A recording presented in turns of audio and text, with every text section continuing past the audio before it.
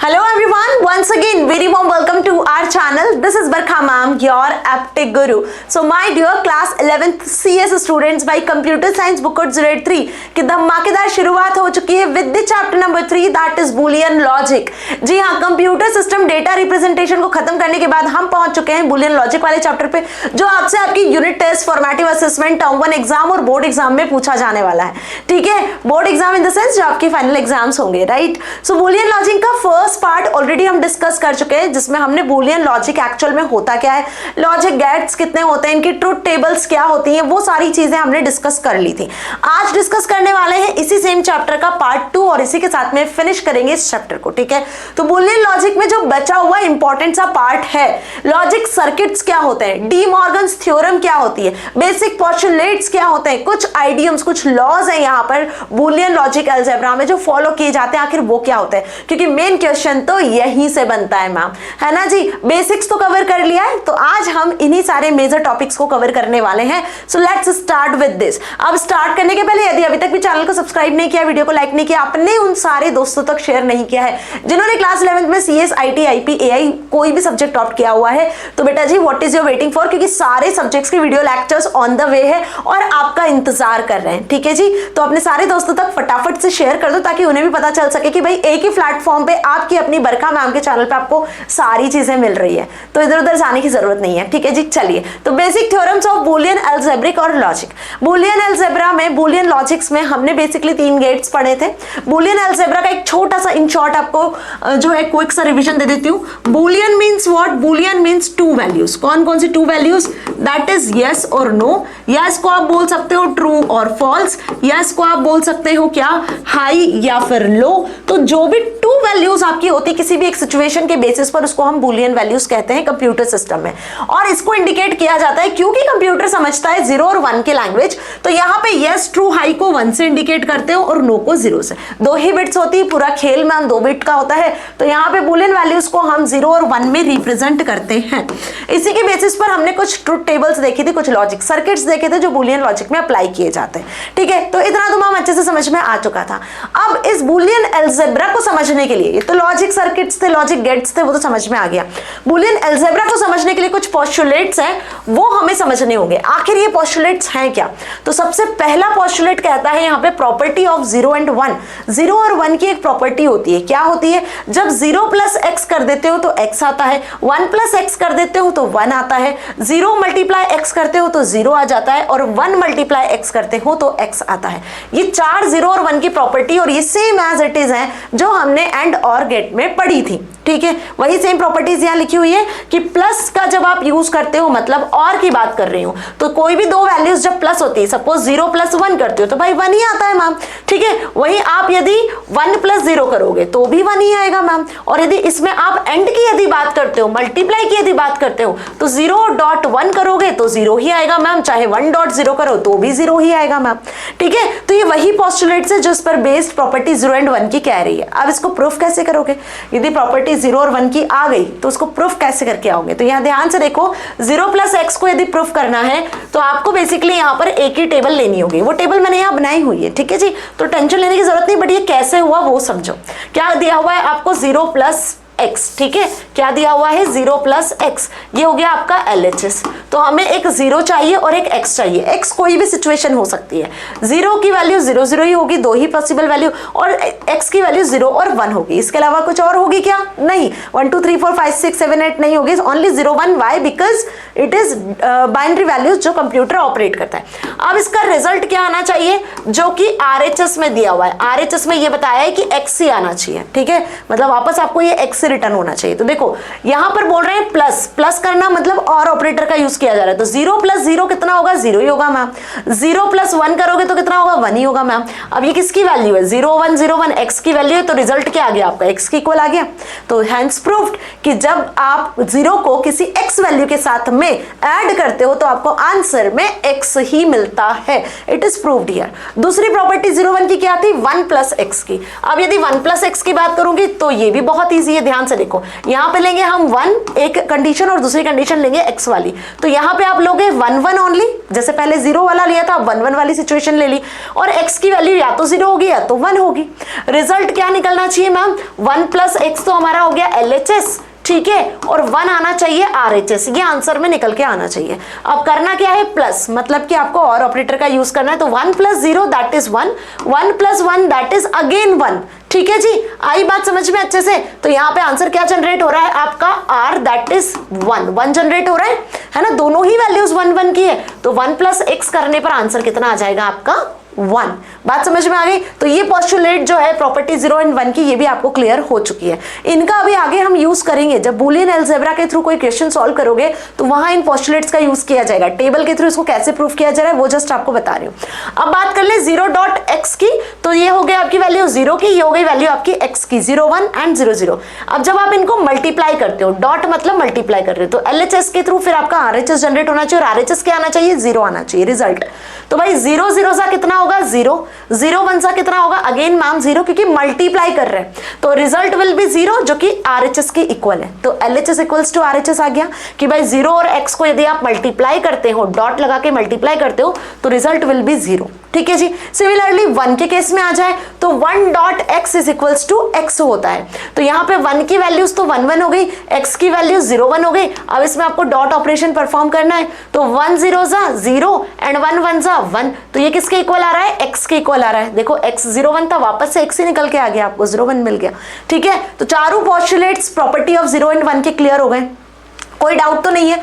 क्या प्रॉपर्टीज हैं आपकी चारों, 0 plus x is equals to x होता है, 1 plus x is equals to 1 होता है, 0 into x is equals to 0 होता है, और 1 into x equals to x होता है। ये वही आपकी मैथमेटिकल प्रॉपर्टीज हैं जो हमने देखी है अभी तक, कि किसी भी नंबर को 0 में प्लस करते हो तो वापस वही नंबर आएगा, किसी भी नंबर में 1 को प्लस करोगे तो एक्स की वैल्यू 0 1 कुछ भी होगी, बाइनरी नंबर में ऐड करोगे तो 1 ही जनरेट होगा, है ना, और मल्टीप्लाई करोगे 0 से तो 0 आएगा, और यदि 1 से मल्टीप्लाई करोगे तो वही नंबर वापस रिटर्न हो जाएगा।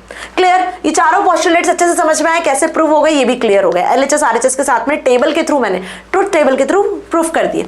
दूसरा लॉ होता है यहाँ पे जिसका नाम है आइडेम्पोटेंस लॉ, इसको रीड करना अच्छे से आना चाहिए आपको। आइडेम्पोटेंस लॉ, आइडेम्पोटेंस लॉ क्या कहता है यहाँ पे कि x प्लस एक्स की वैल्यू x होती है और x डॉट एक्स की वैल्यू x होती है, ठीक है। ये लॉ ऐसा कहता है कि जब 2x को आप प्लस कर देते हो तो आंसर विल बी x, और 2x को जब आप मल्टीप्लाई करते हो then answer again will be x, ठीक है। कैसे मैम जरा देख लेते हैं। देखो तो x ये है आपके पास में 0 1, और दूसरा x भी आपके पास में 0 1 ही है।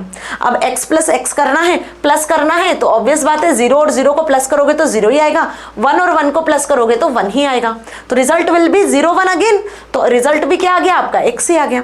तो LHS था x प्लस एक्स, RHS भी क्या आ गया, x ही आ गया, तो इट इज प्रूव्ड ना, हेंस प्रूव्ड। आइडेम्पोटेंस लॉ का पहला जो रूल है वो प्रूव हो गया यहाँ पे कि x plus x is equals to x only. अब चलो इसका दूसरा रूल देखते हैं कि x डॉट एक्स क्या, वो भी x ही होता है, तो देखते हैं यहाँ पे ट्रूथ टेबल के थ्रू आपको ये चीजें बताने वाले। देखो x dot x is equals to x, ये हमें प्रूफ करना है, तो x की वैल्यू ले ली 0 एंड 1, अगेन एक और x ले लिया 0 एंड 1। जब दोनों x को आप मल्टीप्लाई करते हो तो रिजल्ट क्या आ रहा है, देखो 0 0 जा 0, 1 1 जा 1, again it comes as equals to x, तो x dot x is equals to x। आ गई बात समझ में। तो आइडेम्पोटेंस लॉ क्या कहता है, x प्लस एक्स करते हो तो भी आपको x ही आंसर मिलेगा, x डॉट एक्स करोगे तो भी आपको आंसर x ही मिलेगा। ये भी हम आगे यूज करने वाले हैं। Third law is involution law. अब व्हाट इज दिस लॉ, ये इन्वॉल्यूशन लॉ क्या होता है मैम, इसके तो नाम ही इतने टफ है मैम, ये तो कितना टफ है, टफ नहीं है बेटा, बस इनके लॉज को आपको याद रखना है कि आइडेम्पोटेंस लॉ कहता है कि जो भी आइडेंटिटी आप अप्लाई कर रहे हो, x प्लस एक्स कर रहे हो, x मल्टीप्लाई x कर रहे हो तो x विल कम, बस ऐसे याद रखना है। प्रॉपर्टीज ऑफ 0 एंड 1 क्या बोलती है वो मैंने अभी आपको बता ही दिया है कि 0 से मल्टीप्लाई करोगे किसी को तो 0 ही रिटर्न हो रहा है, 1 से मल्टीप्लाई करोगे तो नंबर रिटर्न होना है, 1 से प्लस करोगे तो अगेन वो नंबर आएगा, 0 से प्लस करोगे तो भी वो x ही आपको रिटर्न होगा। तो बहुत इजी सी प्रॉपर्टीज है जो होपफुली आपको लर्न हो जाएगी। इन्वॉल्यूशनल क्या कहता है, इन्वॉल्यूशनल लॉज यहाँ पे कहता है कि यदि आप x का नेगेशन निकालते हो, मतलब यदि आप x का नॉट कैलकुलेट करते हो और फिर उस नॉट का वापस से नॉट, मतलब x नॉट निकाला फिर इसको आप वापस से नॉट करते हो तो आपकी जो वैल्यू है वो x ही आती है। मतलब एक्चुअल में सिर्फ इतनी चीजें हैं जो ये प्रूफ कर रहा है इन्वॉल्यूशन, लेकिन इसको मैंने आपको इस तरीके से बताया है। जैसे फॉर एग्जांपल x की वैल्यू ले ली हमने 0 और 1, अब भाई x का बार निकालेंगे तो क्या होगा, ये वैल्यूज रेसिप्रोकल हो जाएगी मैम, तो ये 1 और 0 हो गया। अब इसका फिर से बाहर निकालोगे तो क्या हो जाएगा, ये फिर से रेसिप्रोकल हो जाएगी वैल्यू, 1 का 0 हो जाएगा, 0 का 1 हो जाएगा। तो ये देखो x की वैल्यू और ये x डबल बार की वैल्यू विल सेम ना, ये दोनों सेम हो गई। तो हम क्या बोल रहे हैं कि ये एक इवोल्यूशन लॉ है जिसमें x डबल बार की वैल्यू x के इक्वल होती है ना। तो यहाँ देखो x की वैल्यू 0 1 है और ये x बार की वैल्यू इसके ऑपोजिट हो गई 1 0, और x डबल बार की जो वैल्यू आ रही है वो अगेन इसकी रेसिप्रोकल आ रही है, दैट इज 0 1। तो यहाँ पे जो नॉट गेट हमने पढ़ा था वो काम कर रहा है कि x की वैल्यू इसका रेसिप्रोकल निकल के आता है, दैट इज x बार, और इस x बार में फिर से आप नॉट गेट लगा दोगे तो ये x डबल बार निकलेगा जो किसके इक्वल होगा, वापस x के ही इक्वल होगा। ठीक है, ये अभी आगे हम समझेंगे, ये लॉजिक सर्किट में समझेंगे, यहाँ नहीं भी समझ में आएगा तो डोंट पैनिक। ये चीज तो आपको क्लियर हो गई ना, जो इन्वोल्यूशन लॉ कह रहा है ये आगे लगता है, आगे यूज होता है अलजेब्रा में। Now the next is complementary law. What is complementary? अब नाम इसका नाम जैसा है वैसे इसका काम है, कॉम्प्लीमेंट कर देना, मतलब कि जो भी वैल्यूज आपने दी हुई है उससे उसका ऑपोजिट वैल्यू ऐड या मल्टीप्लाई कर देना। ठीक है, सब्ट्रैक्ट तो नहीं होता है, ऐड या मल्टीप्लाई कर देना। जैसे x मैंने बोला एक नंबर है, इसमें आप इसी का कॉम्प्लीमेंट ऐड कर देते हो तो आपको जो वैल्यू मिलती है वो मिलती है 1। यदि x एक नंबर है, इसमें इसी का कॉम्प्लीमेंट मल्टीप्लाई कर देते हो देन जो वैल्यू मिलती है वो होती है 0। बात समझ में आ गया? This is complementary law. अब इसको कैसे प्रूव करोगे? तो आप x एक वैल्यू ले लोगे और x बार उसकी रेसिप्रोकल वैल्यूज ले लोगे, देन दोनों को ऐड कर दोगे तो आंसर विल बी 1। देखो यहाँ पे देखो ध्यान से, हमने यहाँ पर प्रूफ किया हुआ है। अच्छा, पहला वाला प्रूफ नहीं तो यही देख लेते। देखो x plus x bar is equals to 1 proof करना है। ध्यान से समझना, यहाँ पे मैं आपको टेबल बता रही हूँ। ठीक है जी, तो यहाँ मैंने लिया एक x और यहाँ लूंगी एक x बार। ठीक है, अब x क्या ले लिया हमने 0 1, x बार क्या ले लेंगे 1 0, इसका रेसिप्रोकल हो जाएगा x बार का वैल्यू 1 0। इन दोनों को कर दो ऐड। जब इन दोनों को मैं ऐड कर देती हूँ, x प्लस एक्स बार निकालती हूँ तो क्या आ जाएगा 1 और 1, यही निकलेगा। और ये किसके इक्वल आ रहा है? 1 के इक्वल आ रहा है। x प्लस एक्स बार किसके इक्वल आ रहा है? 1 के इक्वल आ रहा है मैम, है ना। So easy. अब सिंपल यदि ये वाली चीज मैं प्रूफ करूं तो ये यहाँ पे प्रूफ कर देती हूँ। देखो, है ना, पहले दिया हुआ है x, फिर दिया हुआ है x बार, तो x की वैल्यू 0 1, x बार की वैल्यू 1 0 हो गई। 0 का 1, 1 का 0, x बार निकाल रहे हैं। ठीक है, अब इसको करना है आपको मल्टीप्लाई, मतलब एंड गेट के थ्रू मल्टीप्लाई करना है। तो 0 1 जा 0, 1 0 जा अगेन 0, तो ये आ गया 0 के इक्वल। x डॉट एक्स बार किसके इक्वल है? 0 के इक्वल है। x प्लस एक्स बार किसके इक्वल है? ये किसके इक्वल निकल के आ रहा है? 1 के इक्वल निकल के आ रहा है। तो LHS RHS है, प्रूव्ड। और ये यहाँ भी लिखा हुआ है ना, प्लस पहले वाला नहीं लिखा था, दूसरा लिखा हुआ है, देख लो। x डॉट एक्स बार 1 1 के इक्वल निकल के आ रहा है। ओके, मतलब ये 0 होगा ना, 0 0 होगा। x dot x bar will be 0। ठीक है, टेबल दूसरी लग गई है, बट कोई बात नहीं, जो मैंने यहाँ पे बताया this is the correct one, this is the correct one जो आपको समझना है। Clear? x plus x bar equals to 1, ये मैंने प्रूफ कर दिया। x dot x bar equals to 0, this is again proved here. So hence proved. ये चीज आपको क्लियर हो चुकी है अच्छे से। चलो, तो मैम कॉम्प्लीमेंट्री लॉ भी क्लियर हो गया। अब अगला है यहाँ पे कम्युलेटिव लॉ, कम्यूटेटिव लॉ। ये क्या कहता है, इसका क्या काम है? तो कम्यूटेटिव लॉ का काम होता है कि यहाँ पे अब आपको सिर्फ अकेला एक वेरिएबल नहीं मिलेगा, यहाँ पे अब आपको 2 वेरिएबल्स मिलेंगे, मतलब आपको यहाँ पे 2 कंडीशंस मिलेगी। अभी तक जितने भी लॉज हमने देखे, प्रॉपर्टीज ऑफ 0 1, उसमें भी x की बात हो रही थी। फिर हमने देखा यहाँ पर दूसरा लॉ जिसका नाम था आइडेम्पोटोन्स लॉ, उसमें भी a की वैल्यू x ही थी बस। फिर हमने देखा इन्वोल्यूशन लॉ, उसमें भी x ही था। फिर उसके बाद अभी हमने देखा कॉम्प्लीमेंट्री लॉ, उसमें भी एक ही x की बात हो रही थी। कम्यूटेटिव लॉ जो होता है इसमें 2 वेरिएबल्स की 2 कंडीशंस की बात की जाती है। जैसे कि यदि मैंने कहा x प्लस वाई, या तो मैं इन दोनों को इस तरीके से इस ऑर्डर में प्लस करूं या मैं इन दोनों को इस ऑर्डर में प्लस करूं, the answer will be same. चाहे मैं x प्लस वाई करूं या मैं y प्लस एक्स करूं, the answer will be same. कैसे मैम? ध्यान से समझना। ठीक है, तो यहाँ पे अब हम लेंगे 2 वेरिएबल्स, जैसे कि मैंने ले लिया x और y, और यहाँ पे करेंगे अब हम इसको प्लस, मतलब कि और के थ्रू। तो x और y की जो वैल्यूज है पॉसिबल, वो क्या बन सकती है? यही वैल्यूज पॉसिबल बन सकती है, तो हमें अच्छे से पता है। ये वही एंड गेट और गेट की टेबल बन रही है। 0 प्लस 0 0, 0 प्लस 1 1, 1 प्लस 0 1, 1 प्लस 1 1। तो ये x प्लस वाई करने पर आएगा, तो ये हो गया आपका LHS प्रूफ। 0 1 1 1 1 1, ये LHS प्रूफ हो गया। अब क्या करना है, हम यहीं पर इसको RHS भी प्रूफ करते हैं। ठीक है, ध्यान से देखना। तो अब मैं यहाँ पर ये RHS प्रूफ कर रही हूँ, that is y plus x. तो पहले y लूंगी, 0 plus 0 that is 0, 1 plus 0 that is 1, 0 plus 1 that is 1, 1 plus 1 that is 1। So yes, both are equal ना, 0 1 1 1 एंड 0 1 1 1 बोथ आर इक्वल।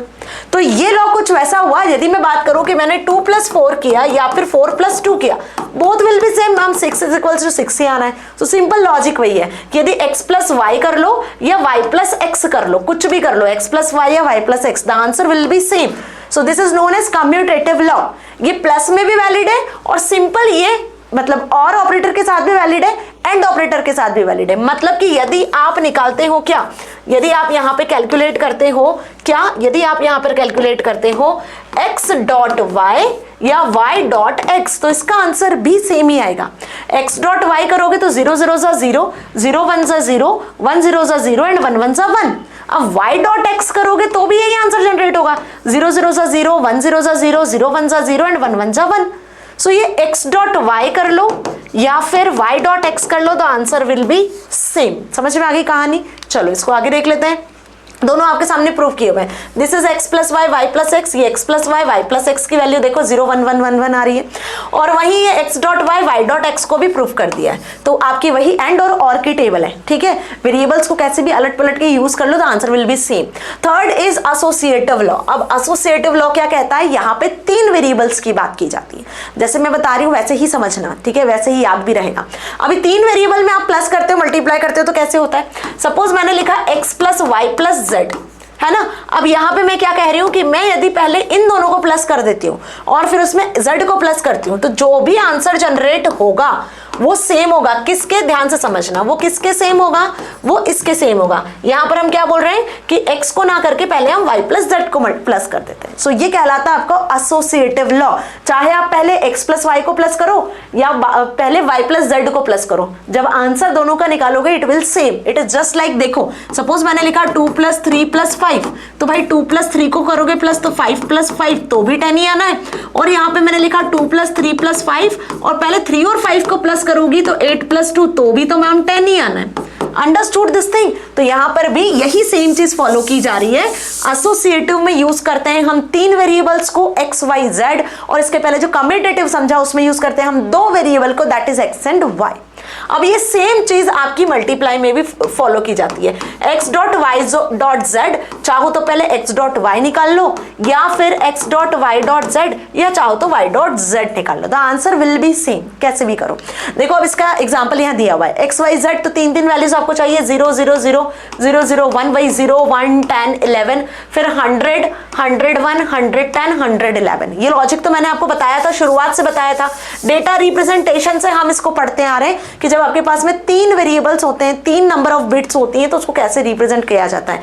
मतलब 2 to the power 3, that means 8 number of pairs आपके बन जाते हैं, है ना। और यदि 2 वेरिएबल्स होते हैं 2 to the power 2, तो 4 नंबर ऑफ पेयर्स आपके बनते हैं। वही चीज यहाँ पे फॉलो की गई। अब पहले देख लेते हैं हम क्या, पहले देख लेते हैं हम x plus Y plus z and x y plus z, associative law. तो पहले कर लेते हैं y प्लस जेड को ऐड। इन दोनों को ऐड करा तो देखो 0 plus 0 0 1 0, 1 plus 0 1, 1 plus 1 1, 0 plus 0 0, 1 plus 0 0, 1 plus 0 1, 1 plus 0 1, ठीक है। 0 प्लस 1 1, 1 प्लस 1 1। प्लस में क्या होता है, यही होता है ना, 0 0 0 आ जाता है आंसर, प्लस होते हैं जब 0 1 1 आ जाता है, 1 0 1 आता है, और 1 1 पे भी 1 आता है। यही प्लस कहता है, यही एंड ऑपरेटर कहता है। तो इन तीनों के केस में भी यही होगा। पहले y प्लस जेड कर लिया, अब कर लेते हैं x प्लस वाई। अब इन दोनों को प्लस कर लो तो वही सेम चीज, 0 आ गया 0 आ गया, 1 1 1 1 1 आ गया, है ना। इन दोनों को प्लस किया है, 0 प्लस 0 0 प्लस 0 0 प्लस 1 0 प्लस 1, तो जहां जहां एक एक 1 1 दिख रहा है वहां पे आपके 1 1 1 आंसर जनरेट हो गए। ठीक है, इतना समझ में आया। अब करना क्या है मैम, अब हमें प्रूफ करना है कि चाहे आप y प्लस जेड करो या आप x प्लस वाई करो, जब इसको तीसरे वेरिएबल के साथ ऐड करोगे तो आंसर विल बी सेम। तो यदि आप इस y प्लस जेड को किसके साथ ऐड करते हो, यदि आप इस y प्लस जेड को x के साथ मल्टीप्लाई करते हो तो देखो 0 प्लस 0 विल बी 0, है ना। 1 प्लस 0 विल बी 1, ठीक है। 1 1 जहां आएगा वो सारी वैल्यूज आपकी 1 होती जाएगी, और ये 0 है, यहां भी एक 1 है, तो अगेन ये 1 1 1 1 जनरेट हो गया, ठीक है। अब यदि इस x प्लस वाई को आप ऐड करते हो इस z से, तो देखो 0 0 क्या आ रहा है, 0, ठीक है। ये हो गया आपका LHS और ये हो गया आपका RHS। देखो बोथ विल सेम, क्योंकि जब आप ऐड करोगे ना वैल्यू तो ये सभी 1 1 है। यहाँ पर देखो सब में, यहाँ पे भी 1 है, यहाँ पे भी 1 है, तो it will B 1 only. Clear हुआ। और सेम ऐसे ही होगा मल्टीप्लाई में भी। तो यदि मल्टीप्लाई की टेबल की हम बात करें तो आप मल्टीप्लाई की टेबल को भी ऐसे ही जनरेट कर सकते हो, ठीक है। देखो मल्टीप्लाई का आंसर मैं यही आपको बता देती हूँ। वैसे इसको आप करके देखना, खुद से करने की प्रैक्टिस करोगे ना तो आराम से चीजें समझ में आएगी। देखो फॉर एग्जाम्पल यदि हम मल्टीप्लाई की बात कर लें तो x डॉट वाई ले लो पहले, और फिर y डॉट जेड ले लेना, फिर क्या करोगे, यहाँ पर x डॉट y को किससे मल्टीप्लाई करोगे, z से, और यहाँ पे y डॉट z को किससे मल्टीप्लाई करोगे, x से। तो अल्टीमेटली जो दोनों का आंसर है वो सेम ही आएगा, है ना। जैसे हमने यहाँ प्लस किया है वैसे आप यहाँ पे मल्टीप्लाई कर देना। कैसे करोगे, x डॉट y पहले करना, फिर यहाँ पे y डॉट z को पहले करना, x के साथ में मल्टीप्लाई कर लेना, then the answer will be same. ठीक है जी, कर लोगे ना, मल्टीप्लाई करना है तो आंसर विल बी सेम। और बताना मुझे कमेंट सेक्शन में कि आंसर सही आया है कि नहीं आया है। ओके जी, चलो डिस्ट्रीब्यूटिव लॉ को समझ लें। डिस्ट्रीब्यूटिव लॉ क्या कहता है, ये भी बेसिकली 3 ही ऑपरेटर पे काम करता है ना। अब इसका काम होता है कि डिस्ट्रीब्यूट कर देना। जैसे आप मैथ्स में बॉडमास रूल नहीं करते थे, फॉर एग्जाम्पल मैंने यहाँ पे लिखा x और यहाँ मैंने लिखा सपोज 2 + y, तो अब क्या करते थे आप, x को दोनों से मल्टीप्लाई कर देते हैं, है ना, मतलब इस x को डिस्ट्रीब्यूट कर देते हो दोनों में, तो हमने ये x को दोनों में डिस्ट्रीब्यूट कर दिया। बिल्कुल वैसा ही डिस्ट्रीब्यूटिव लॉ यहाँ भी यूज होता है।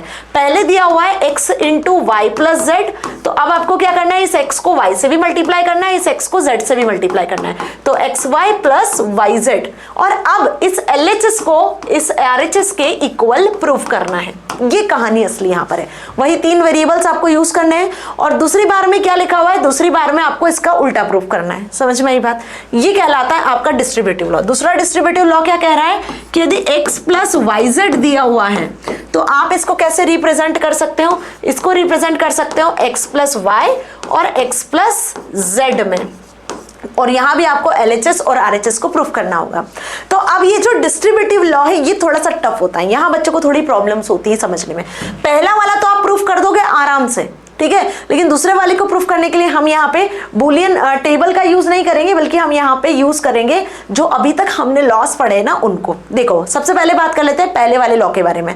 फर्स्ट लॉ कह रहा है आपका x y plus z, x का मल्टीप्लाई दोनों में कर दिया, तो ये एक्स वाई जेड की वैल्यूज आपको यहाँ दिख रही है। पहले हम निकाल लेंगे LHS, ठीक है जी, पहले क्या निकाल रहे हैं LHS, तो LHS को कैलकुलेट करने के लिए पहले y प्लस जेड निकालना है, तो ये LHS का y प्लस जेड, इनको प्लस कर लिया सबको, तो ये आंसर जनरेट हो गया। ठीक है, अब इसको करना है आपको किससे मल्टीप्लाई, इसको करना है x से मल्टीप्लाई, मतलब डॉट। तो जब आप डॉट निकालते हो तो मल्टीप्लाई हो जाता है, तो देखो 0 0 सा कितना आ गया 0, 0 1 सा 0, 1 0 सा 0, 1 0 सा 0, फिर 1 0 सा 0, 1 1 जा 1, 1 1 जा 1, 1 1 जा 1। ये पूरी वैल्यूज आपकी कैलकुलेट हो गई LHS की। अब RHS क्या बोलता है कि XY और XZ का मल्टीप्लाई निकालो, तो हमने यहाँ पर कैलकुलेट कर लिया XY का मल्टीप्लाई, वही मल्टीप्लाई करके तो ये वैल्यूज निकल आई। फिर हमने मल्टीप्लाई कर लिया YZ, ये सॉरी XZ है ना, XZ का मल्टीप्लाई कर लिया तो ये वैल्यू XZ की निकल आई। अब लास्ट में क्या करना है, इन दोनों को ऐड कर देना है, तो ये आपका RHS आ जाएगा। तो ये दोनों को ऐड कर दिया तो ये RHS निकल आया। ऐड करना है मतलब दोनों वैल्यूज को प्लस करना है, 0 + 0 0, सारे 0 जहां जाए उतने जीरोस आ जाएंगे, जहां 1 मिलेगा वहां पे 1 1 आंसर जनरेट हो जाएगा। अब ये चीज जरा ध्यान से देखो, क्या LHS RHS के इक्वल आ रहा है इतना कैलकुलेशन करने के बाद? तो यस, ये देखो 4 जीरोस है 3 1 से, अगेन यहाँ पे 4 5 जीरोस है 3 1 से, बोथ विल बी सिमिलर, तो LHS इक्वल्स टू कितना हो गया RHS। बताओ इसमें कोई डाउट नहीं ना, ये करके देखना है, ये एक बार प्रैक्टिस करोगे तो अपने आप बनेगा। ठीक है जी, आ गई बात समझ में। दूसरा लॉ क्या कहता है यहाँ पर कि x plus y z equals to x plus y x plus z. आप चाहो तो इसको टेबुलर ऑर्डर में भी शो कर सकते हो, जो अभी हमने टेबल देखी। देखो पहले मैं आपको इसको टेबुलर फॉर्मेट में बता देती हूँ, x प्लस वाई जेड, ठीक है, तो x y और z 0 0 0 0 0 1 0 1 0 0 1 1, ठीक है। फिर हम बनाएंगे 1 0 0 1 0 1 1 1 0 एंड 1 1 1। ये हो गए 8 कॉम्बिनेशंस, एक्स वाई जेड के 8 कॉम्बिनेशंस यहाँ पे आपको दिख रहे हैं, ठीक है। ये पूरे 8 कॉम्बिनेशंस मैंने एक्स वाई जेड के यहाँ बता दिए, ठीक है जी। आगे बढ़े, अब आगे हमें LHS प्रूफ करना है, x plus y z, this is LHS। तो यहाँ पे पहले हम निकालेंगे वाई जेड, फिर निकालेंगे हम x प्लस वाई जेड, ठीक है। इसको कैलकुलेट करेंगे, YZ मतलब मल्टीप्लाई 0 0 0 1 0, और यहाँ आ जाएगा आपका आंसर अगेन 0 0 एंड 1। अब इसको x से प्लस कर दोगे, तो प्लस कर दोगे तो आंसर कितना होगा 0 + 0 0 0 + 1 1 1 1 1 एंड 1, ठीक है। तो ये निकला आपका LHS। अब आपको RHS में क्या निकालना है, x plus y and x plus z. तो भाई आपको निकालना होगा यहाँ पे x प्लस वाई, और एक और निकालना होगा y plus x plus Z, और दोनों को करना होगा मल्टीप्लाई। जैसे ही मल्टीप्लाई करोगे तो LHS की इक्वल आंसर आ जाएगा। अब इसका RHS कैलकुलेट करने की जिम्मेदारी आपकी है, ठीक है। क्या करोगे, x प्लस वाई, इन दोनों को प्लस कर देना, जो भी आंसर आएगा फिर x प्लस जेड निकालना, जो आंसर आएगा दोनों को मल्टीप्लाई कर देना, the answer will be like this. तो ये तो टेबुलर फॉर्मेट हुआ जैसा मैंने बताया, but other than tabular format हम इसको इस तरीके से भी सॉल्व कर सकते हैं। कैसे सॉल्व करोगे, ध्यान से देखो। सबसे पहले हमने RHS ले लिया, RHS क्या दिया हुआ है, x plus y x plus z. अब इसका मल्टीप्लाई कर देते हैं, x का x में मल्टीप्लाई कर देते हैं, x आ जाता है, फिर x का z में मल्टीप्लाई करते हैं तो xz आता है, फिर y को x में मल्टीप्लाई करते हैं तो xy आता है, फिर y को z में मल्टीप्लाई करते हैं तो yz आ जाता है मैम। तो हमने ये ब्रैकेट्स को ओपन कर लिया है ना, और इसको सॉल्व कर दिया। अब क्या करना है, यहाँ पे ध्यान से एक चीज देखना, अभी मैंने बताया था कि x इंटू एक्स कितना होता है भाई, x इंटू एक्स करते हो तो आंसर विल बी x, बताया था। तो यहाँ पे देखो x इंटू एक्स का आंसर कितना आ गया, x, ठीक है। अब उसके बाद में xz, xy और yz as it is, clear हुआ। अब क्या कर रहे हैं, इसके बाद की स्टेप में देखो x plus x y plus x z plus y z, यहां पे हमने इस स्टेप को इस तरीके से अरेंज कर लिया, x के साथ में xy को अरेंज कर लिया, z को z के साथ में अरेंज कर लिया, मतलब मैचिंग जो सिमिलर वेरिएबल की वैल्यूज है उनको एक साथ अरेंज कर लिया ताकि कॉमन निकल सके। तो यहां से x कॉमन निकला तो 1 प्लस वाई हुआ। एक और आइडेंटिटी पड़ी थी 1 प्लस वाई या 1 plus x is equals to again y, वही वैल्यू आती है। तो यहाँ पे 1 प्लस वाई को क्या लिख दिया हमने, यहाँ पर 1 लिख दिया ना, ये y नहीं होता, यहाँ पे 1 होता है, 1 प्लस वाई इक्वल्स टू 1। ये हमने पढ़ा था अभी प्रॉपर्टीज ऑफ 0 and 1 में। तो यहाँ पे आंसर आ गया आपका x डॉट वाई, और ये दोनों एज इट इज यहाँ पे उतर चुके हैं। अब इन दोनों में से फिर आपने x कॉमन ले लिया तो 1 प्लस जेड, इसकी वैल्यू फिर 1 आ गई, और ये y z as it is, और ये निकल के आ गया आपका LHS। तो कुल मिला के आपको ये अच्छे से क्लियर हुआ या नहीं हुआ, या इसको मैं सॉल्व करके बताऊं तो आपको क्लियर होगा। ये टेबल जरूर आप सॉल्व करना, ठीक है, ताकि आपको हर तरीके से चीजें समझ में आ सकती हैं, ठीक है। फिर से समझो, हमने दिया था यहाँ पे x प्लस वाई, क्योंकि आई नो बच्चों को जल्दी से चीजें समझ में नहीं आती है, x प्लस वाई और y प्लस जेड, ये आपका क्या है, RHS है, ठीक है। इसको कर लेते हैं multiply, x plus y x plus z मतलब xz है ना, और फिर आपका यहाँ पे निकलेगा ये x है ना, ठीक है, ये x है, ओके। तो x इंटू एक्स, फिर से लिख देती हूँ, चलो ध्यान से समझना, ठीक है। चीजें आपको क्लियर होनी चाहिए। और ये अलजेब्रिक एक्सप्रेशन जो है आपसे एग्जाम में पूछे जाता है। क्या दिया है, x प्लस वाई, ठीक है, x प्लस वाई, और क्या दिया हुआ है, x plus Z, this is RHS, ये हमारा RHS है। Now do the multiply, that is xx plus xz plus yx, okay, plus yz। Understood, इतना समझ में आ गया। अब यहां से मैम हम क्या करते हैं, बेसिकली इसको अरेंज कर लेते हैं। अरेंज करने के पहले हमें पता है कि xx की वैल्यू x होती है, ये हमने अभी आइडेम्पटेंस लॉ के पहले वाले लॉ में देखा। तो ये हमने बाय द लॉ ये लिख दिया, xz as it is, yx as it is और yz एज इट इज, ठीक है। अब इन दोनों में से क्या कर लोगे आप, इन दोनों में से चाहो तो x कॉमन ले लो, या फिर आप इनको अरेंज कर लो, ये zz वाले नंबर को अरेंज कर लो और xx वाले नंबर को पहले अरेंज कर लो, फिर कॉमन निकालो। तो हमने x प्लस xy को अरेंज कर लिया और xz प्लस yz को अरेंज कर लिया। अब इसमें से कॉमन लेते हैं, तो यहां से x कॉमन लिया तो 1 प्लस वाई हुआ, 1 प्लस वाई किसके इक्वल होता है, 1 के, तो x इंटू 1, x इंटू 1 कितना हो गया, x हो गया मैम, ठीक है।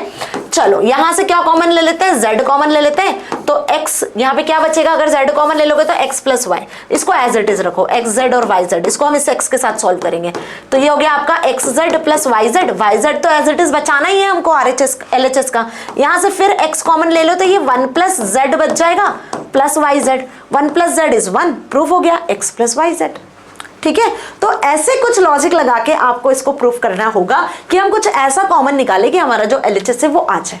तो इसे कहते हो आप बूलियन अलजेब्रिक एक्सप्रेशन, जो बेसिकली आपने जितने अभी लॉ पढ़े, देखो ये सारी प्रॉपर्टीज ऑफ 0 and 1 को यूज की गई है, वही सारी प्रॉपर्टीज को हमने यहाँ पे यूज किया है, ठीक है। Now the next is absorption law. अब ये एब्जॉर्प्शन लॉ क्या कहता है, x plus x y is equals to again x and x into x plus y is equals to x, ठीक है। इसको भी आप टेबुलर ऑर्डर में भी सॉल्व कर सकते हो, या आप चाहो तो इसको आप बेसिकली अलजेब्रिक एक्सप्रेशन से भी सॉल्व कर सकते हो। फिलहाल इसको टेबुलर ऑर्डर और दोनों से सॉल्व किया हुआ है। पहला वाला जो रूल है इसको टेबुलर ऑर्डर में सॉल्व कर दिया, देखो x प्लस एक्स वाई वाला है ना, तो ये x और ये y की वैल्यू, एक्स वाई की वैल्यू आपको ये दिख रही है, और x प्लस एक्स वाई इसको फिर x में प्लस कर दिया, तो ये वैल्यू आपकी जनरेट होकर आ गई, ठीक है। वही 0 0 0 1 1 0 1 1 के केस में मल्टीप्लाई करा वैल्यू फिर प्लस कर दिया। दूसरा जो आपका केस था वो ये बोल रहा है कि x into x plus y, तो एब्जॉर्प्शन लॉ भी दो पे ही काम करता है, दो ही वेरिएबल पे। तो x into x plus y यदि हम करते हैं तो ध्यान से समझना इस चीज को, हमने क्या करा, पहले ब्रैकेट ओपन कर लिया, तो ये x डॉट एक्स और x plus x into y हो गया।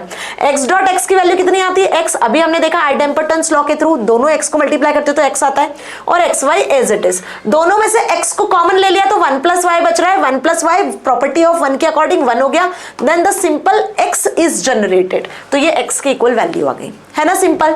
ध्यान से समझना क्या दिया हुआ है, x प्लस वाई, है ना, x प्लस वाई, बहुत ध्यान से समझना, x को x में मल्टीप्लाई कर दिया, x को y में मल्टीप्लाई कर दिया, x प्लस x हो जाता है आइडेम्पोटेंस लॉ के थ्रू, ये x y, यहां से x कॉमन ले लिया तो 1 प्लस वाई हो गया, 1 प्लस वाई 1 होता है, तो ये बचा सिर्फ x, ठीक है। तो this is the way in which we apply the laws. तो यहाँ पे आइडेम्पोटेंस लॉ अप्लाई कर रहा है, यहाँ पे आइडेम्पोटेंस लॉ, और यहाँ पे अप्लाई कर रहा है आपकी प्रॉपर्टी ऑफ 1 जो प्रीवियसली हमने देखी। अब कुल मिला के इसका एक समराइजेशन, क्योंकि मैम आधी चीजें समझ में आई, आधी नहीं आई, और ये कहानी आपके साथ हुई होगी। बेटा यदि केयरफुली समझोगे ना तो चीजें आपके दिमाग में 100% घुस जाएंगी, है ना, और उससे भी ऊपर जैसे जैसे मैंने जो बताया उसकी प्रैक्टिस करते चलो कि ये कैसे प्रूव हो रहा है, तो कभी नहीं भूलोगे। और ये क्वेश्चंस आपको प्रैक्टिस मांगते हैं, यदि प्रैक्टिस नहीं करोगे तो इसका कोई मतलब नहीं होना। तो अब इन शॉर्ट एक समरी बता देती हूँ जल्दी से। प्रॉपर्टीज ऑफ जीरो ये कहता है कि 0 प्लस x होता है, 0 डॉट x 0 होता है, ऑब्वियस सी बात है ना, नंबर को प्लस करोगे तो यही आएगा, मल्टीप्लाई करोगे तो ये आएगा। प्रॉपर्टी ऑफ 1 कहता है कि यदि 1 से कोई नंबर को ऐड करते हो तो 1 आता है, मल्टीप्लाई करते हो तो नंबर आता है, ठीक है। ये वही आपकी मल्टीप्लाई और प्लस वाली प्रॉपर्टी हो गई। आइडेम्पोटेंट लॉ कहता है कि यदि दो सेम वेरिएबल को ऐड करते हो या सब्ट्रैक्ट करते हो, ऐड करते हो या मल्टीप्लाई करते हो तो same number will return. Involution कहता है कि x का डबल बार x के इक्वल होता है। कॉम्प्लीमेंट्री लॉ में दो वेरिएबल यूज कर लेते हैं हम x plus y, sorry complementary law में हम x प्लस x के बार के साथ में उसको ऐड या मल्टीप्लाई कर देते हैं। यदि ऐड करते हो तो 1 आ जाता है और मल्टीप्लाई कर देते हो तो 0 आ जाता है। कॉम्प्लीमेंट नंबर मतलब x लिया हुआ है तो x का कॉम्प्लीमेंट x बार हुआ, उसके साथ में ऐड या मल्टीप्लाई करना है, ठीक है। कम्यूटेटिव लॉ में मैम अब हम दो वेरिएबल ले लेते हैं, x plus y is equals to y plus x होता है, x dot y equals to y dot x होता है। एसोसिएटिव लॉ होता है x plus Y plus z, यहाँ पे लेते हैं हम तीन variable x y and z, addition और मल्टीप्लिकेशन दोनों के साथ में इसको यूज कर लेते हैं, ठीक है। मतलब वही कान इधर से पकड़ो या इधर से पकड़ो, बात सिमिलर ही होती है ना जी। और इनको प्रूफ कैसे करना है वो बता दिया। डिस्ट्रीब्यूटिव लॉ अपने आप में डिफरेंट होता है, x को आप डिस्ट्रीब्यूट करते हो इस ब्रैकेट के साथ में, ब्रैकेट को ओपन करके x y plus y z, इसको प्रूफ करना बताया था मैंने टेबल से। एक और लॉ होता है यहाँ पे x plus y z equals to x plus y x plus z, इसको भी यदि आप ओपन करोगे ना ब्रैकेट खोल के तो यही आंसर आने वाला है। तो ये हमने अलजेब्रिक एक्सप्रेशन के थ्रू प्रूफ किया। एब्जॉर्प्शन लॉ होता है जिसमें x plus x y equals to x होता है और x dot x plus y equals to x होता है, ठीक है। यहाँ पर भी x की वैल्यू रिटर्न होती है। अब इसके अलावा एक और थर्ड डिस्ट्रीब्यूटिव लॉ होता है जो कहता है x plus x bar y is equals to x plus y, इसको आपको प्रूफ करके मुझे बताना है। टेबल के थ्रू प्रूफ करोगे, कमेंट में आंसर दोगे कि इसका आंसर सही आ रहा है कि नहीं आ रहा है। टेबल के थ्रू प्रूफ करना बहुत ज्यादा इजी तो वैसे, या फिर लॉज लगा के प्रूफ करना है तो वैसे कर सकते हो, इट डिपेंड्स ऑन यू, ठीक है। अब आ गए हैं हम जो बहुत ही इंपॉर्टेंट टेबल है आपके जिसका नाम है डी मॉर्गन्स थ्योरम। मैम ये समझ ही नहीं आती है, इसका कुछ लॉजिक क्लियर नहीं होता। देखो डी मॉर्गन्स थ्योरम तभी समझ में आएगी जब प्रीवियस लॉज जो मैंने अभी बताए वो क्लियर होंगे। तो डी मॉर्गन्स थ्योरम क्या बोलती है, one of the most popular powerful identities used in Boolean logic is D Morgan's theorem. जैसे कि आपने क्लास 10th में ना सर्कल्स की थ्योरम पढ़ी होगी, ट्राइंगल्स की थ्योरम पढ़ी होगी, sum of all three angles is 180 degree, ऐसे कुछ थ्योरम्स हम पढ़ते हैं ना जो कि प्रूफ है, यूनिवर्सल प्रूफ है। वही चीज यहाँ पर भी दी हुई है कि Augustus De Morgan has paved the way of Boolean logic bye discovering this two important theorems, है ना। तो यहाँ पे जो ऑगस्टस डी मॉर्गन है उन्होंने इन दो थ्योरम्स को क्या किया था, प्रूफ किया था बूलियन लॉजिक्स के थ्रू, ठीक है जी। ये भी ध्यान रखना, ये नाम ध्यान रखना क्योंकि ये आपसे पूछ सकते हैं कि why this theorem name is D Morgan's. तो बूलियन लॉजिक को रिप्रेजेंट करने के लिए बेसिकली यहाँ पर डी मॉर्गन्स थ्योरम का यूज करते हैं। पहली जो स्टेटमेंट है, दो स्टेटमेंट है डी मॉर्गन के, ठीक है। पहला स्टेटमेंट है x plus y bar is equals to x bar y bar, वही सेम चीज LHS RHS इक्वल बताओगे तो ये थ्योरम प्रूफ हो जाएगी। मैथ्स में यही करते आए हो ना, LHS RHS इक्वल बताते हो तो चीजें प्रूफ हो जाती है, हेंस प्रूव्ड। वही चीज यहाँ करनी है कि x प्लस वाई को जब ऐड करके उसका बार निकालते हो और यदि इसको अलग अलग बार निकालते हो तो ये जो चीजें हैं वो सेम होती है।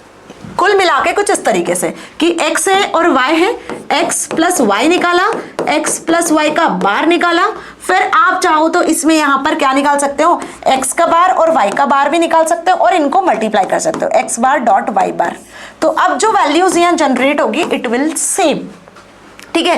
अब टेबल के थ्रू मैं यहां पर आपको प्रूफ करके बता देती हूं, बाकी इसको अलजेब्रिक एक्सप्रेशन से कैसे करना है वो भी आपको बताऊंगी, ठीक है। टेबल के थ्रू देख लो, समझ लो, क्योंकि कोई नहीं बताएगा टेबल के थ्रू कैसे प्रूफ करना है। देखो 0 + 0 0, 0 + 1 1 1 एंड 1, ये प्लस के आंसर्स आ गए, ठीक है। अब इसका कॉम्प्लीमेंट्री निकालोगे तो 1 0 0 0, ये कॉम्प्लीमेंट्री निकल गया, ये निकल गया आपका LHS। अभी RHS समझना है इधर, ठीक है। अब मैं इधर RHS बता रही हूँ, ध्यान से देखो। x का बार कितना होगा 1 1 0 0, ये x बार निकल रहे हैं। ये y का बार निकालेंगे, that is 1 0 1 0, this is y bar, understood. अब इन दोनों को मल्टीप्लाई कर देंगे तो 1 1 ज़ा 1, 1 0 ज़ा 0, 1 0 ज़ा 0 एंड 0 0 ज़ा 0। So here it is LHS 1 0 0 0 and here it is RHS, that is 1 0 0 0। Means what कि x + y बार और x बार और y bar both are equal 1 0 0 0 0, ठीक है। तो ये मैंने आपको टेबल से प्रूफ करके बताई, बट बेटा जी ये नहीं आएगा, आपको प्रूफ करने को आएगा इस तरीके से, आपको बूलियन अलजेब्रा के थ्रू प्रूफ करना होगा। तो अब ये कैसे प्रूफ करेंगे मैम? ये तो लॉजिक समझा दिया मैंने कि देखो ये है ट्रू, ये तो दोनों चीजें ट्रू है ना। अब गलती से एग्जाम में आपको टेबल से पूछ लिया तो क्या करोगे? लिख कर आना। अब देखो यहाँ पर प्रूफ क्या बताया है, हमें एक लॉ पता है मैम। कौन सा लॉ पता है जल्दी बता दो? x + x बार = 1 होता है और x डॉट x बार = 0 होता है। इस लॉ को हम कहते हैं कॉम्प्लीमेंट्री लॉ, क्योंकि एक नंबर लिया हुआ है, एक वेरिएबल लिया हुआ है, उसका यदि कॉम्प्लीमेंट करते हो, उन दोनों को ऐड कर देते हो तो 1 आ जाता है। कोई एक नंबर लिया हुआ है, उसका कॉम्प्लीमेंट करके उसको यदि मल्टीप्लाई कर देते हो तो आंसर विल बी 0। इसे क्या कहते हैं हम? कॉम्प्लीमेंट्री लॉ मैम, ठीक है जी, ओके, समझ में आ गया। अब डी मॉर्गन्स थ्योरम क्या कहती है कि यहाँ पे हमें जो वैल्यू दी हुई है वो दी हुई है मैम x + y, यही दी हुई है ना LHS में। अब एक वेरिएबल तो है नहीं मैम, यहाँ तो 2 वेरिएबल दिया हुआ है, तो हम क्या कर देते हैं, हम बेसिकली यहाँ पे ले लेते हैं p = x + y। हम एक वेरिएबल लेते हैं p, जिसमें इस पूरे x + y को असाइन कर देते हैं, ठीक है। अब जो लॉ है उसके अकॉर्डिंग p + p बार = 1 होगा और p डॉट p बार = 0 होगा। जो ये कॉम्प्लीमेंट्री लॉ है इसके अकॉर्डिंग यही होगा ना। क्वेश्चन में हमें दिया हुआ था डी मॉर्गन्स थ्योरम क्या कह रही है कि x + y बार = x बार डॉट y बार, ये आना चाहिए आंसर। अब यहाँ पे तो हमने कॉम्प्लीमेंट्री लॉ तो एक ही वेरिएबल पे अप्लाई होता है, यहाँ तो 2 वेरिएबल दिए हुए हैं, तो हमने एक p नाम का वेरिएबल ले लिया जिसमें x + y को असाइन कर दिया। अकॉर्डिंग टू कॉम्प्लीमेंट्री लॉ ये चीज होती है। अब हम वैल्यू को पुट करते हैं, ध्यान से देखना क्या कर रही हूं मैं, अब वैल्यूज पुट कर रही हूं। तो सपोज मैंने p की वैल्यू पुट कर दी x + y, फिर ये प्लस एज इट इज और x + y का बार = 1, ठीक है जी। तो x + y के बार की वैल्यू कितनी है? x बार y बार, यही बताइए डी मॉर्गन्स थ्योरम में पहले वैल्यू। तो इसको हम कर देते हैं यहाँ पे पुट, ठीक है। तो x + y as it is और ये जो बार लगा हुआ है उसकी जगह पर हम लगा देते हैं ये value, that is x bar और y बार। ये वैल्यू हम यहाँ पुट कर दे रहे हैं डी मॉर्गन्स की, ठीक है, और = 1। अब आपको इसको सॉल्व करके 1 लेकर आना है। कैसे लेकर आओगे वो प्रूफ यहां दिया हुआ है, ध्यान से समझ लो। देखो क्या दिया हुआ है, x + y + x बार y बार, यहां भी बता सकती हूँ, नो इशू। करना क्या है, हमें मल्टीप्लाई ही करना है, ब्रैकेट ही खोलना है। ध्यान से देखो x + y और इसमें हम क्या कर देंगे, इसमें हम प्लस कर देंगे x बार को, ठीक है। ये एक स्टेटमेंट बना। फिर इस y बार को ओपन करेंगे, y बार को ओपन करने के लिए डॉट लगाएंगे, x + y as it is, ठीक है जी। और ये y बार यहाँ पे क्या हो जाएगा, ऐड हो जाएगा। तो ये दूसरा वाला पेयर खुल गया, = 1 1 लेकर आएंगे, ठीक है। अब इसको मल्टीप्लाई कर दो, तो इसको कैसे मल्टीप्लाई करोगे, x + x बार, ठीक है, और वही सेम प्लस करके x बार + y, ठीक है। तो इस तरीके से आप इसको ओपन करोगे। देखो यहाँ पे ये ओपन किया हुआ है, तीनों को जब आप ऐड करोगे ना तो नॉर्मली ऐड करना, तीनों को ऐड करोगे तो normal it will be added, okay. Means like this, x + x bar + y, ये 3 नंबर से तीनों ऐड हो जाएंगे, डॉट अगेन हियर x। अब यहाँ पे देखो आपका y बार है सेम, तो वही सेम चीज x + y बार।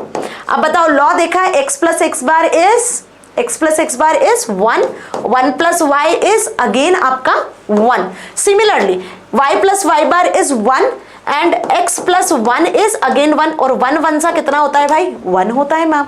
हो गया प्रूफ। ये सेम चीज यहां पर दी हुई है जो मैंने अभी आपको प्रूफ करके बता दी। तो ये पहली थ्योरम हुई है आपकी डी मॉर्गन्स की। बताओ इसमें कोई डाउट, या कौन कौन से लॉज यूज कर लिए? यहाँ हमने आइडेम्पोटेंस लॉ यूज किया है, यहाँ हमने जो आपका प्रॉपर्टी ऑफ 1 है वो यूज किया है, और अब इसको प्रूफ करेंगे जो कि प्रॉपर्टी ऑफ 0 से प्रूफ होगा। ठीक है जी, क्या प्रूफ किया है? 2 चीजें प्रूफ करनी है आपने पहली थ्योरम में। फर्स्ट थ्योरम में हमें 2 चीजें प्रूफ करनी है मैम। कौन कौन सी दो चीजें प्रूफ करनी है? p plus p dot is equals to 1 and p डॉट p bar is equals to 0। तो ये तो प्रूफ कर दिया अभी, है ना, 1 लेकर आ गए। अब प्रूफ करना है p डॉट p dash is equals to 0। तो again the same thing is, अगर हम लेकर चले सेम चीज तो वही होगी, p की वैल्यू x प्लस वाई है और p डॉट की p बार की वैल्यू कितनी हो जानी है आपकी? x प्लस वाई का बार हो जाएगा। ठीक है जी, तो मैम इसको लिख देंगे हम क्या? x बार y बार। ये अभी हमने देखा, यही सेम चीज, सेम जो चीज अभी मैंने करी वही बता रही हूँ, बस यहाँ पे बीच में आ गया आपका मल्टीप्लाई।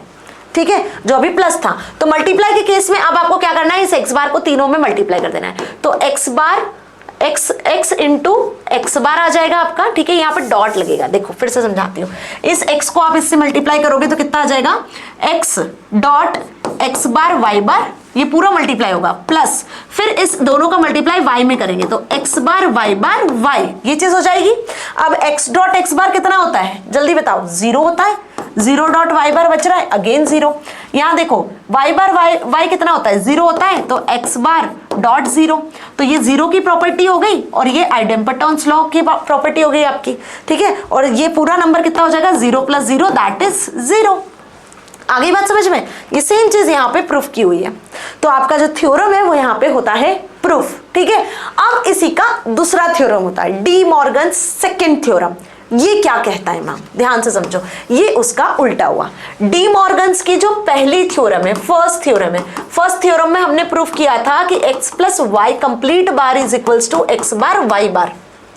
डी मॉर्गन्स की सेकंड थ्योरम क्या कहती है? ये आपसे एमसीक्यूज में पूछ सकते हैं, ध्यान रखना। वो ये कहती है कि इस प्लस की जगह पे लग जाता है मैम माइनस मल्टीप्लाई डॉट, और यहाँ पे हो जाता है इसको ऐड इस तरीके से।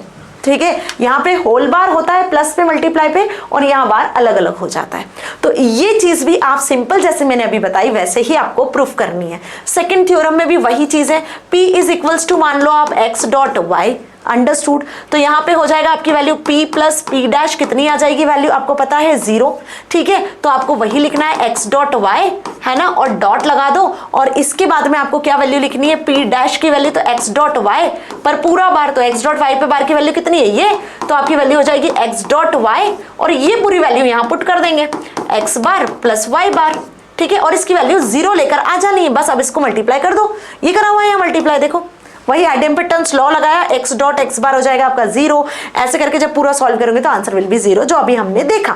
देखो यहाँ पर ध्यान से वही चीज दी हुई है, ये मल्टीप्लाई कर लिया सब में, तो मल्टीप्लाई करके तो पहला वाला प्रूफ किया है 1, ये 0 वाला जो मैं ये बता रही हूँ वो ये है 0 वाला। ठीक है जी, तो अब आप होपफुली कर पाओगे आराम से सेकंड थ्योरम को भी प्रूफ, है ना। तो फर्स्ट थ्योरम भी समझ में आ गई, सेकंड थ्योरम भी समझ में आ गई। बेटा डी मॉर्गन्स थ्योरम एग्जाम में आती है और दोनों ही अपने आप में इजी है। ठीक है, बस एक बार यदि समझ गए कहानी तो कर लोगे आराम से, और कोई भी डाउट होता है तो मैं हूं ना, आप कमेंट सेक्शन में लिखो, आपको जो भी डाउट होगा दोबारा एक्सप्लेन कर देंगे। एक डेडिकेटेड वीडियो ले आओगे डी मॉर्गन्स थ्योरम पर ही, ठीक है ना। चलो बढ़े आगे। अब डी मॉर्गन्स थ्योरम में 3 चीजें होती हैं जब हम लॉजिक सर्किट्स पे मूव करते हैं। कॉम्प्लीमेंट द एंटायर फंक्शन, पूरे फंक्शन को कॉम्प्लीमेंट कर दो, मतलब x दिया हुआ है तो उसका पूरा फंक्शन हमने कॉम्प्लीमेंट कर दिया। कॉम्प्लीमेंट करने के बाद में ये पहली स्टेप। दूसरी स्टेप कहती है कि एंड को और में और को एंड में कन्वर्ट कर दो, मतलब यदि आपको प्लस दिया हुआ है तो उसको डॉट में कन्वर्ट कर दो, डॉट दिया हुआ है तो उसको प्लस में कन्वर्ट कर दो। और तीसरा स्टेप कहता है कि हर एक वेरिएबल का कॉम्प्लीमेंट निकाल दो। समझ में आ गई बात? तो कॉम्प्लीमेंट निकालना तो आता है। एक इसको कहते हैं हम डीमॉर्गेनाइजेशन। इस स्टेप को क्या कहते हैं? तीनों को डीमॉर्गेनाइजेशन। What is डीमॉर्गेनाइजेशन? पूरे फंक्शन का कॉम्प्लीमेंट कर दो। दूसरी प्रोसेस एंड को और में और को एंड में कन्वर्ट कर दो। तीसरी process complement each individual variable. अगर ऐसा लिखा हुआ है x प्लस वाई तो इसको इंडिविजुअल वेरिएबल का कॉम्प्लीमेंट निकालो। पहली स्टेप कह रही है पूरे का कॉम्प्लीमेंट कर दो, समझ में आई बात। और दूसरी स्टेप कह रही है कि x प्लस वाई को किस में कर दो? डॉट में कन्वर्ट कर दो, प्लस का डॉट में, डॉट को मल्टीप्लाई में। सो हाउ दिस हैपेंस, ऐसा कैसे होगा और इस डीमॉर्गेनाइजेशन का यूज कहां होगा? वैल्यूज को फाइंड आउट करने में। देखो क्या दिया हुआ है आपको, एक प्रोसेस दी हुई है कि a B bar plus a bar plus a b as it is, तो और इस पे पूरा बार लगा हुआ है। अब बहुत ध्यान से समझना, पहली स्टेप क्या कह रही है यहाँ पर? Complement entire function. तो हमने इस पूरे फंक्शन का कॉम्प्लीमेंट करा। दूसरी स्टेप कह रही है जहां जहां प्लस है वहां पर क्या करो? ये कॉम्प्लीमेंट कर दिया है ना। दूसरी स्टेप कह रही है जहां जहां प्लस है वहां पे मल्टीप्लाई कर दो, तो जहां जहां प्लस है वहां पे मल्टीप्लाई कर दिया। ठीक है, कॉम्प्लीमेंट समझ में आया? ये जो होल कॉम्प्लीमेंट था वो तीनों पे अप्लाई कर दिया, जहां जहां प्लस था वहां वहां मल्टीप्लाई कर दिया। तो दोनों स्टेप मैंने यहाँ अप्लाई किए। पहला कॉम्प्लीमेंट, ये वाला जो कॉम्प्लीमेंट था वो सब पे अप्लाई किया, फिर प्लस को डॉट में कन्वर्ट कर दिया। अब क्या करना है आपको, इसके बाद इसको कन्वर्ट कर लेना है। तो ए बी का डबल बार कितना हो जाएगा मैम? ए बी हो जाएगा, ए का डबल बार ए हो जाएगा, और ए बी का बार एज इट इज होगा। ये प्रॉपर्टी हमने पढ़ी है ना, इन्वॉल्यूशन वाली प्रॉपर्टी, एक्स का डबल बार एक्स के इक्वल होता है, तो ये वही डबल बार वाली कहानी है, एज इट इज आ गया। ठीक है, अब देखो A B dot A B bar मतलब एक्स डॉट एक्स बार कितना होता है? 0। पढ़ा है ये भी अभी हमने आइडेम्पटन्स लॉ में। तो यहाँ पे A B dot A B bar कितना हो गया? 0 डॉट ए कितना हो गया? अगेन 0। ठीक है, the answer will be here. ये प्रॉपर्टी ऑफ 0 हो गया कि 0 डॉट एक्स विल बी 0। तो यहाँ पे हमने 3-4 प्रॉपर्टीज को एक साथ यूज कर लिया। इसी को कहते हैं डीमॉर्गेनाइजेशन। होपफुली आपको समझ में आया होगा। फर्स्ट प्रोसेस पूरे पर कॉम्प्लीमेंट लगाया, दूसरा प्रोसेस प्लस को डॉट में कन्वर्ट किया, फिर आइडेंटिटी लगा के सॉल्व कर दिया, जो आपको यहाँ भी दिया हुआ है। ठीक है, आ गई बात समझ में? चलो बढ़ते हैं आगे और आ जाते हैं अब लॉजिक गेट्स पर। इस चैप्टर में एक क्वेश्चन एग्जाम में ये भी आता है, बेटा जी लॉजिक गेट्स क्या होते हैं? तो ध्यान से समझना, अब लॉजिक गेट्स के बारे में बताने वाली हूं। हमने 3 लॉजिक गेट्स पढ़े थे। पहला पढ़ा था मैम हमने एंड, दूसरा पढ़ा था हमने और, तीसरा पढ़ा था हमने नॉट। तो देखो नॉट की कहानी कुछ ऐसी होती है कि यदि आपने x की वैल्यू 0 दी हुई है ना, तो ये कन्वर्ट कर देता है किसमें? x नॉट को इससे डिनोट करते हैं 1 में, और 1 दी हुई है तो इसको 0 में कन्वर्ट कर देता है। तो अब ये x क्या है? इनपुट है। नॉट का गेट कैसे बनता है ध्यान से समझना। ये x आपने इनपुट दिया, मशीन में x इनपुट दिया 0 या 1 के फॉर्मेट में, तो मशीन उसको नेग्लेक्ट कर देती है। This is not gate. इसको क्या कहते हो आप? Not gate. ये जो ट्राइंगल की तरह बनता है और एक बबल आगे आ जाता है, तो इससे जो आंसर जनरेट होगा वो होगा x बार। मतलब कि आपने यदि यहाँ पर 0 और 1 दिया हुआ है तो ये जनरेट कर देगा 1 और 0। Understood this thing? अच्छे से क्लियर हुआ? ये नॉट गेट की कहानी हो। अब समझते हैं हम किसकी कहानी? अब समझते हैं हम और की। तो और का मतलब क्या होता है मैम? प्लस। अगेन यहाँ पे देखो, यदि मैं बोलूं कि मेरे पास में 2 ऑब्जेक्ट्स है लाइक दिस, इस तरीके से, अब यहाँ पे 2 चीजें हमें चाहिए होती है, x और y। ठीक है, और x प्लस y यहाँ पे होता है। ठीक है जी, तो 0 0 0 1 1 0 1 1, ये ट्रुथ टेबल हमने पढ़ी है। Answer will B 0 1 1 1। ठीक है, तो यहाँ पे आपको देने होंगे 2 या 2 से ज्यादा इनपुट्स। तो इसका जो लॉजिक सर्किट है वो कैसा बनेगा? ध्यान से समझना, और की बता रही हूँ। ठीक है, तो और का जो लॉजिक सर्किट है वो बेसिकली बनेगा कुछ इस तरीके से। जब आपको चीजें प्लस करनी होती है तो आपको यहाँ पे 2 इनपुट्स दिए, जैसे आपने x और y 2 इनपुट्स दे दिए। ठीक है, तो और जब एडिशन आता है तो चीजें इस तरीके से हो जाती हैं। ठीक है, देखो इसके लॉजिक सर्किट्स आगे दिए हुए हैं, मैं आपको बताती हूँ। ठीक है, नॉर का हो गया ये, नॉर, नेंड और एंड। एंड तो हमने देख लिया, ठीक है जी, है ना। अभी आगे और हम डिस्कस करेंगे। तो ये बेसिकली और का गेट हुआ, है ना, एंड का गेट हुआ, इस तरीके से जनरेट होगा और। ठीक है जी, एंड होगा ऐसा। अब इसके बाद यहाँ पे क्या जनरेट हो जाएगी? वैल्यूज आपकी x प्लस वाई की। ठीक है, देखो सही कर रहे हैं ना हम लोग। यहाँ पे आगे बढ़ती हूँ मैं गेट, क्योंकि ये 2 गेट्स में बच्चे जनरली कंफ्यूज होते हैं। ये और का गेट होता है और ये होता है आपका जो डी जैसा बनता है, ये एंड का गेट होता है। बस ये ध्यान रखना, ये जो थोड़ा कर्व जैसा बन जाता है ना, ये और का गेट बन जाता है। ठीक है, अब कुछ बच्चे इसको ऐसे भी बनाते हैं, तो बोथ विल बी सिमिलर। ठीक है, और ये जो डी जैसा बनता है ये एंड गेट होता है। डी जैसा बनता है जो क्या होता है बेटा? एंड गेट होता है। तो ध्यान रखना इस चीज को, है ना। तो यहाँ पे अभी हम और का गेट देख रहे हैं। तो x और y जो भी इनपुट दोगे, फॉर एग्जांपल कि आपने x की वैल्यू 0 दी, y की वैल्यू 0 दी, तो 0 प्लस 0 आंसर क्या जनरेट हुआ? 0। फॉर एग्जांपल x की वैल्यू 1 दी, y की वैल्यू 0 दी, तो answer will B 0 plus 1 again 1। ये सारी पॉसिबल वैल्यूज वही निकलेगी। तो ये 2 से ज्यादा इनपुट्स पे काम करता है और गेट। अब बात करते हैं मैम एंड गेट की। तो देखो एंड गेट क्या करता है, ध्यान से समझना। एंड गेट में ना बेसिकली आप वही x और y की वैल्यूज लेते हो। यहाँ भी 2 इनपुट्स दिए जाते हैं, 0 0 0 1 1 0 1 1। ठीक है, और यहाँ होता है मैम मल्टीप्लाई, है ना, क्योंकि यहाँ पे क्या करते हो आप? डॉट निकालते हो, मल्टीप्लाई निकालते हो। ठीक है, तो 0 0 सा 0, 0 1 सा 0, 1 0 सा 0 और 1 1 सा 1, यही टेबल बनती है। लेकिन इसका जो सर्किट डायग्राम होता है, लॉजिक सर्किट होता है, वो कुछ इस तरीके से होता है। यहाँ पे आप देते हो x और y की वैल्यू और इसको बनाते हो इस तरीके से d के जैसा, और यहाँ से आंसर निकलता है आपका x डॉट y। क्लियर? तो अब जो भी इनपुट दोगे, यदि 0 0 दिया है तो आंसर विल बी 0, 0 1 दिया है तो आंसर विल बी 0। तो बेसिकली ध्यान रखना है, ये होता है नॉट गेट। ठीक है, ये होता है आपका कौन सा गेट? एंड गेट, जो अभी हमने देखा। और ये होता है आपका कौन सा गेट? जो थोड़ा कर्वी टाइप बनता है, ये होता है और गेट। तो ये हो गया एंड ये हो गया और ये हो गया नॉट। अब पढ़ेंगे कुछ लॉजिक डायग्राम्स हम इनके बेसिस पर आगे, ठीक है जी। चलो बढ़ते हैं आगे, इसमें कोई डाउट नहीं है ना, ये अच्छे से क्लियर हो चुका है, पूरी कहानी समझ में आ रही है एंड और नॉट गेट की, है ना जी। यही लॉजिक डायग्राम्स होते हैं, यही लॉजिक सर्किट्स होते हैं जो मैंने आपको बताए हैं कि बेसिकली यदि हम बात करें तो जो लॉजिक सर्किट्स, जो लॉजिक आपने बेसिकली लॉजिक गेट्स देखे हैं एंड और नॉट, उनको इस तरीके से रिप्रेजेंट किया जाता है लॉजिक सर्किट्स में। और इन्हीं तीनों से फिर 3 और लॉजिक गेट्स बनते हैं जिसको नॉर, नेंड, एक्सॉर और एक्सनॉर कहते हैं, ठीक है। अब ये क्या होते हैं, बड़ा कंफ्यूजन है मैम, ना तो नॉर समझ में आता है, ना तो एक्सनॉर समझ में आता है, एक्सॉर समझ में आता है, ना एक्सनॉर, ठीक है। अब समझना, नॉर की यदि कहानी बताऊं, देखो और क्या होता है, अभी ध्यान से समझना, मैंने क्या बताया कि और गेट हमारा ये वाला गेट होता है मैम, जो थोड़ा कर्व टाइप होता है। तो यदि मैंने इस और में नॉट अप्लाई कर दिया, यदि मैंने इस और में नॉट अप्लाई कर दिया, ठीक है, मतलब यहां से जो x और y की वैल्यू जा रही है, जो यहाँ पे क्या हो रही है, यहाँ पे जाके ऐड हो रही है, यदि मैं इसको नॉट कर देती हूँ तो ये इस पे कॉम्प्लीमेंट लग जाएगा। तो नॉट गेट को किससे शो करेंगे हम, इससे। मेरी बात समझ में आई कि भाई यहाँ तो x प्लस वाई की वैल्यू जनरेट होकर आ गई और इसको यदि मैंने कॉम्प्लीमेंट कर दिया तो नॉट अप्लाई हो जाएगा, तो x प्लस वाई बार की वैल्यू आ जाएगी। इस गेट को कहते हैं हम नॉर गेट। क्या कहते हैं इसको हम, नॉर। इस कंप्लीट को नॉर कहते हैं। और इसको इन शॉर्ट रिप्रेजेंट कर सकते हो आप इस तरीके से कि ये जो बबल है वो यही लगा दो, मतलब ये x और ये y हो गया, यहाँ पे आपने वैल्यूज ले ली और ये जो बबल है इसका ये डायरेक्टली यहाँ लगा दो, तो ये नॉर गेट को इंडिकेट करता है। या तो ऐसा बनाओ या तो ऐसा बनाओ। अब बच्चों को इजी ये भी लगता है और कुछ को इजी ये भी लगता है, जैसे आपको समझ में आए, दोनों करेक्ट हैं, ठीक है। सो नॉर गेट हैज 2 और मोर इनपुट सिग्नल्स, यहाँ भी वही x और y दो से ज्यादा इनपुट सिग्नल्स होते हैं।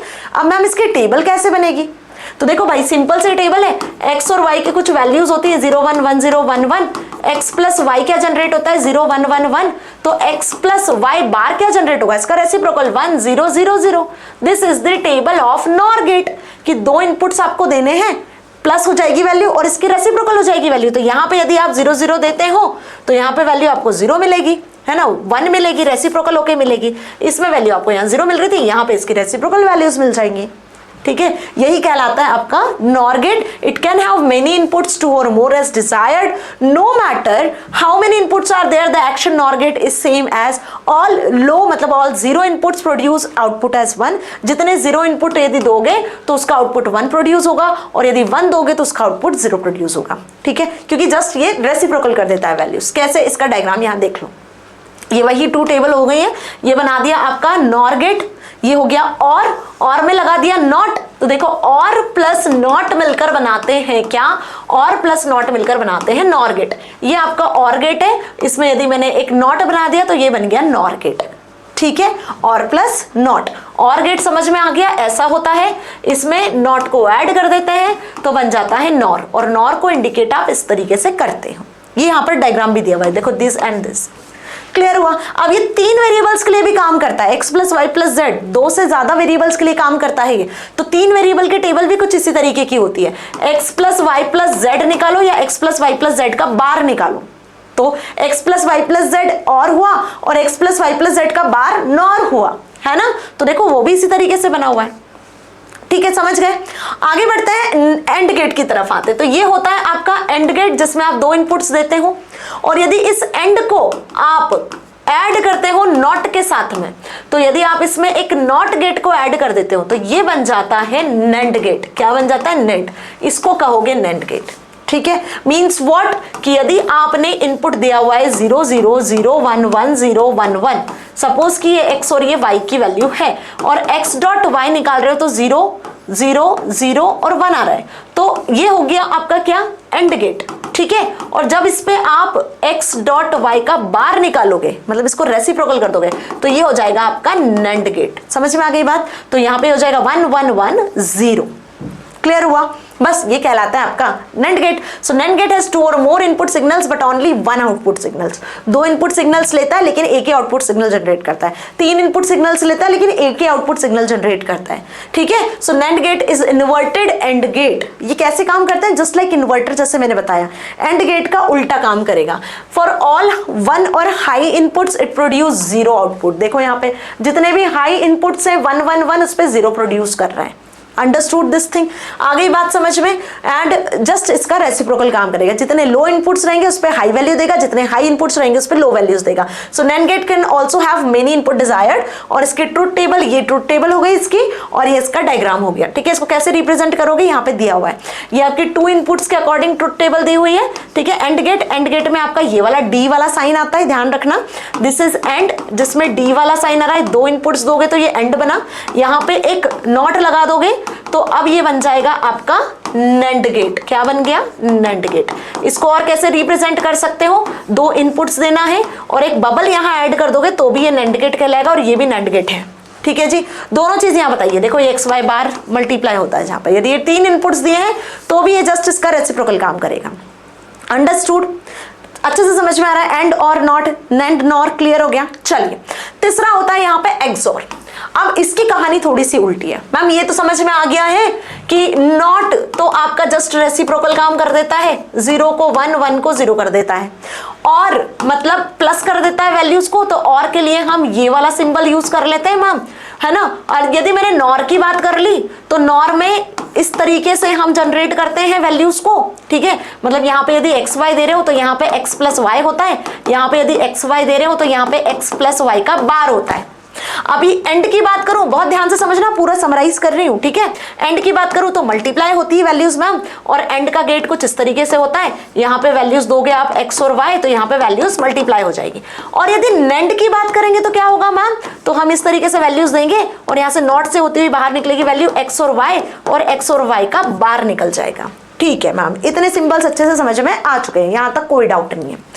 अब XOR जो होता है वो ये बेसिकली 2 और 2 से ज्यादा इनपुट्स पे काम करता है. इसको कहते हो आप XOR को एक्सक्लूसिव और. क्या कहते हो? Exclusive OR. It is different from OR gate.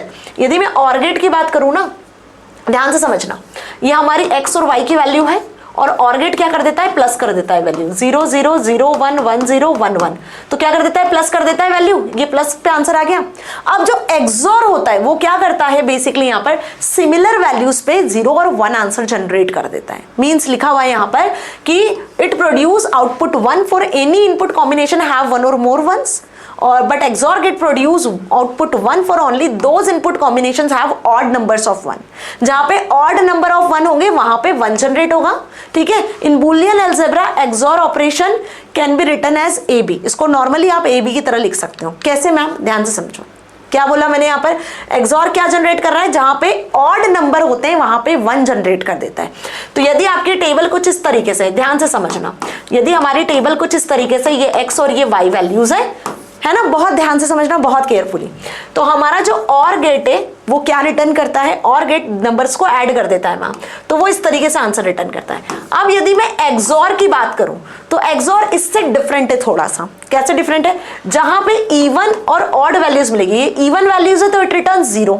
अब यहाँ देखो 0 और 1 ये ऑड वैल्यू है यहाँ पे, तो ऑड केस में क्या मिलेगा आपको? 1 मिलेगा. यहाँ भी देखो ये ऑड केस है तो ऑड केस में आपको क्या मिलेगा? 1 मिल रहा है. और ये दोनों इवन है, फिर 2 1 है ना, तो ये इवन केस आ गया, तो फिर यहाँ पे आपको मिलेगा 0. तो XOR का काम होता है जहां पे उसको इवन वैल्यूज मिलती है देन इट रिटर्न 0, और जहां पे उसको ऑड वैल्यूज मिलती है वहां पे वो 1 रिटर्न कर देता है. कुल मिला के ऐसे समझो तो बेनिफिशियल होगा ये. ठीक है, सेम ऐसे ही वो XYZ तीनों पे काम करता है. अब यहाँ पे देखो 0 और 0 2 0 मिल रहे हैं, 2 इज इवन तो 0 रिटर्न कर दिया. 0 और 1 दो अलग अलग वैल्यूज मिल रही है ना, मतलब 1 0 और 1 1 मिल रहा है, ऑड नंबर है तो 1 रिटर्न कर दिया. सिमिलरली ये 3 इनपुट्स पे भी इसी तरीके से काम करता है. अगर तीनों 0 मिल रहे हैं है ना, तो 3 0 मिल रहे हैं, 3 इज ऑड नंबर तो 0 रिटर्न किया. ठीक है, इवन नंबर्स तो यहाँ पे 0 रिटर्न किया, और अगर ऑड नंबर्स मिलते हैं तो ऑड रिटर्न कर देता है. मतलब यदि 1 1 है तो 1 रिटर्न करेगा, 2 1 है तो आपको अगेन 2 1 है तो आपको 0 रिटर्न करेगा. तो ये डिपेंड करता है कि 1 कितने हैं. 1 यदि 1 है तो उसके बेसिस पे आपको यहाँ पे ऑड के केस में आंसर रिटर्न कर देगा, इवन है तो इवन के केस में आंसर रिटर्न कर देगा. अंडरस्टूड? तो ये 3 टेबल में भी बनता है, ये 2 में भी बन जाता है, ये दोनों उसकी टेबल्स है. अब इसको रिप्रेजेंट कैसे करते हैं मैम? तो OR गेट को जनरली हम ऐसे रिप्रेजेंट करते हैं. ठीक है, नॉर को हम जनरली ऐसे रिप्रेजेंट करते हैं. बट जो XOR होता है, XOR को रिप्रेजेंट करने का तरीका होता है, यहाँ पे डबल हम एक और जो है सेमी सर्कल बना देते हैं. ठीक है, यहाँ ध्यान से देखो, ये XOR है, ये XOR है. ठीक है, जिसमें 2 3 4 इनपुट्स आप दे सकते हो. क्लियर? तो इसकी जो कॉम्बिनेशन ऑफ वैल्यूज है वो डिपेंड करती है कि कितने नंबर ऑफ वंस है। यदि एक नंबर ऑफ वन है तो इट विल रिटर्न 1, यदि दो नंबर ऑफ वंस है तो इट विल रिटर्न 0। तो इवन के केस में ये रिटर्न कर देगा आपको 0 और ऑड के केस में ये रिटर्न कर देगा आपको 1। ठीक है, तो यहां देखो एक भी 1 नहीं है तो 0 रिटर्न किया, या एक 1 है ऑड है तो 1 रिटर्न किया, है ना। अब देखो यहाँ पे भी एक 1 है तो ऑड 1 रिटर्न किया, ऑड के केस में 1, इवन के केस में 0। ठीक है जी, ये कहानी बस आपको याद रखनी है। एंड सिमिलरली एक्सनॉर होता है, तो एक्सनॉर क्या काम करता है? एक्सनॉर में यहाँ पर एक बबल आपको देखने को मिल जाता है बस। तो ये जस्ट उसका रेसिप्रोकल, जस्ट एक्सॉर का reciprocal. So the XNOR produce high output when the output combination has even numbers of ones. जैसे आपने यहाँ पे देखा ना कि इवन पे ये 0 और ऑड पे 1 रिटर्न कर रहा है, जो और है वो क्या कर रहा है? एक्सॉर।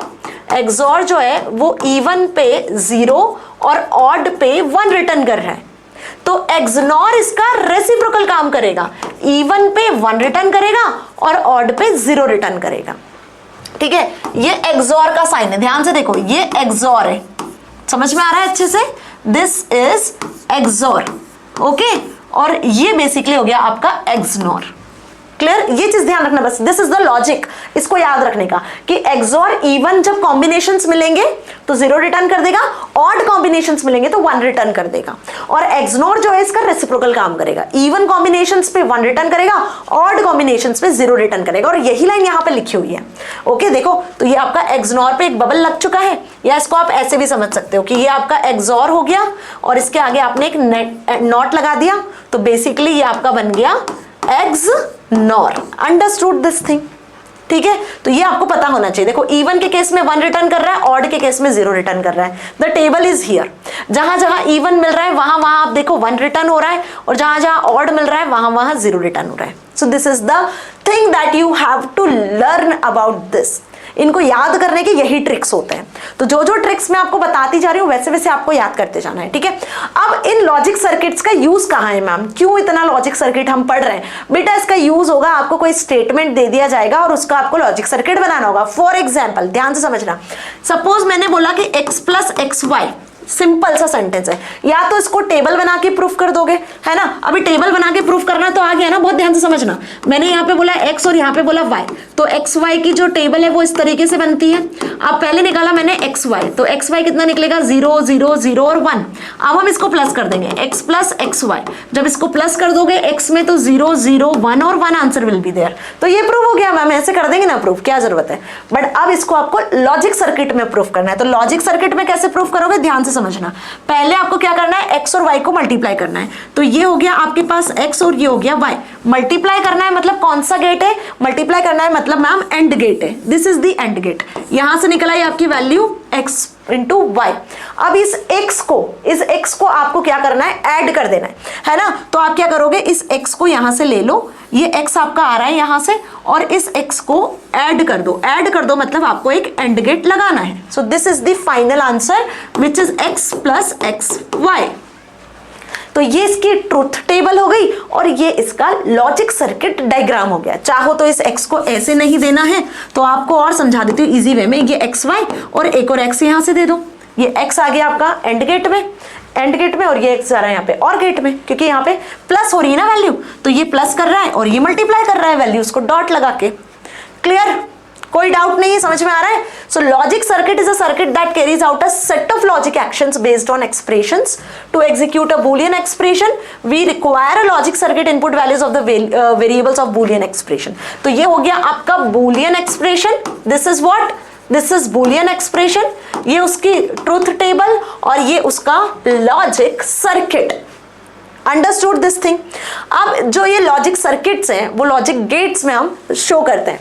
यहाँ पे आपको एक इक्वेशन दी हुई है AB प्लस BCD, ध्यान से समझना, यही दिया हुआ है ना, AB प्लस BCD।